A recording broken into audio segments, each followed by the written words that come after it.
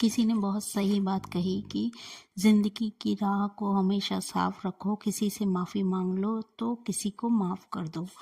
तो एक बार नई वीडियो के साथ दोस्तों फिर से एक बार मेरे चैनल पर आप सभी का स्वागत है। तो आज का जो हमारा टॉपिक है वो ये है कि हम किसी को बार बार माफ़ करते रहते हैं या फिर हम किसी को सेकंड चांस देते हैं अपनी लाइफ में और वहाँ से हमें हमेशा धोखा ही मिलता है, वहाँ से हमें हमेशा दर्द ही मिलता है। और हमारी लाइफ में ऐसे बहुत सारे रिश्ते होते हैं जिन्हें हम बार बार चांस देते हैं, लेकिन हम उन्हें छोड़ भी नहीं सकते और उनके साथ रह भी नहीं सकते।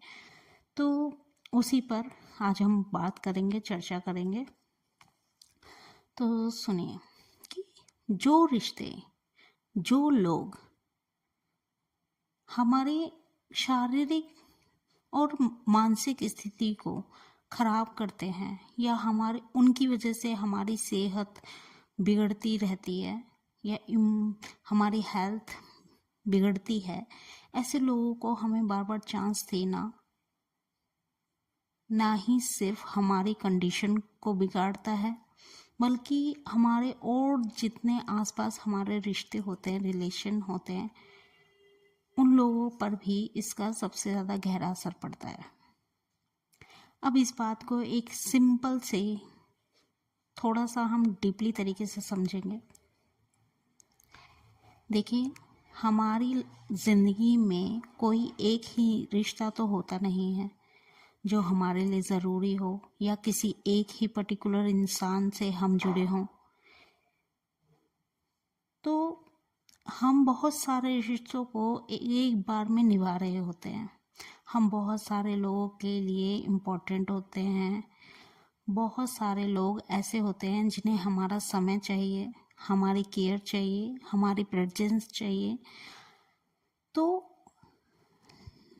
जब हम किसी एक ही पर्टिकुलर शख्स को प्रायोरिटी बना लेते हैं, एक पर्टिकुलर शख्स को ही अपना सर्वस्व मान लेते हैं और वहीं पर अपनी सारी इमोशंस, फीलिंग, सारा अपना समय इन्वेस्ट कर देते हैं, खर्च कर देते हैं, और फिर वो एक ऐसा रिलेशनशिप हो जहाँ से हमें कोई भी पॉजिटिव फीडबैक नहीं मिल रहा हो, कोई भी हमें सकारात्मक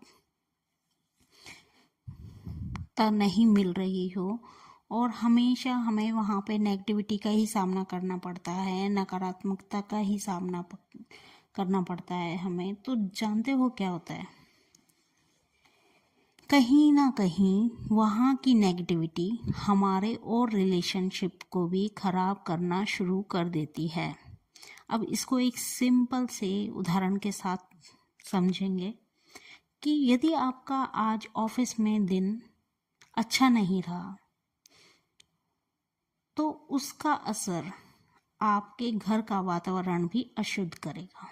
कैसे?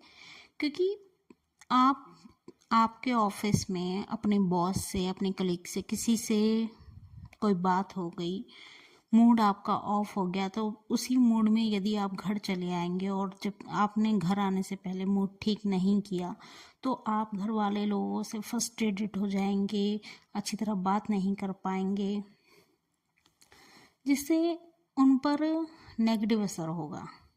इसलिए बड़ा ज़रूरी हो जाता है कि जो रिलेशनशिप आपको ड्रेन कर रहे हों वहाँ से अपने आप को थोड़ा इमोशनली सीमित कर लेना चाहिए। हमें वहाँ से इमोशनली तरीके से एक दायरे में आ जाना चाहिए। कई बार प्रॉब्लम के रहते हम और आप हर रिश्ते को तोड़ तो सही सकते नहीं हैं, छोड़ना हमारा ऑप्शन होता नहीं है। क्योंकि जैसे मैंने कहा कि आप सिर्फ अपने लिए नहीं, लोगों के लिए भी रिस्पॉन्सिबल होते हैं। कई बार आप उसे छोड़ देने के डिसीज़न से शायद आपके अपनों पर ज़्यादा बुरा असर पड़ता है, इसीलिए आपको रुकना पड़ता है, वहाँ पर आपको ठहरना पड़ता है।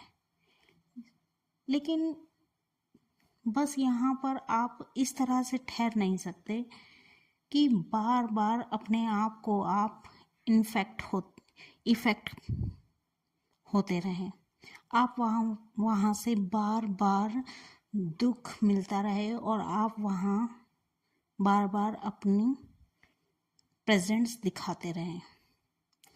वो ऐसे रिश्ते में बहुत ज़रूरी हो जाता है कि उन लोगों से दूरी बनाना जो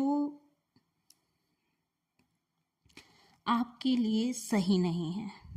इसीलिए हर बार किसी को बार बार माफ़ कर देना या सेकंड चांस देना सही नहीं होता।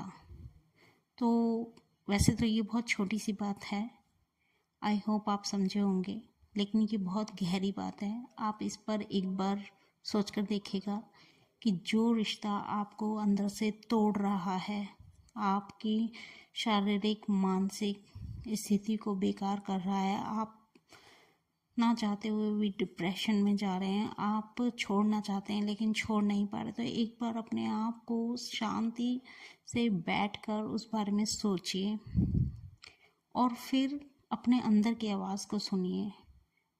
क्योंकि अगर आपको उस रिश्ते में रहना है तो उसे ठीक बनाने की कोशिश करिए, और यदि आप सोच रहे हैं उससे बाहर निकलने की तो जल्दी से जल्दी अपने आप को ठीक कीजिए और वहाँ से निकल जाइए।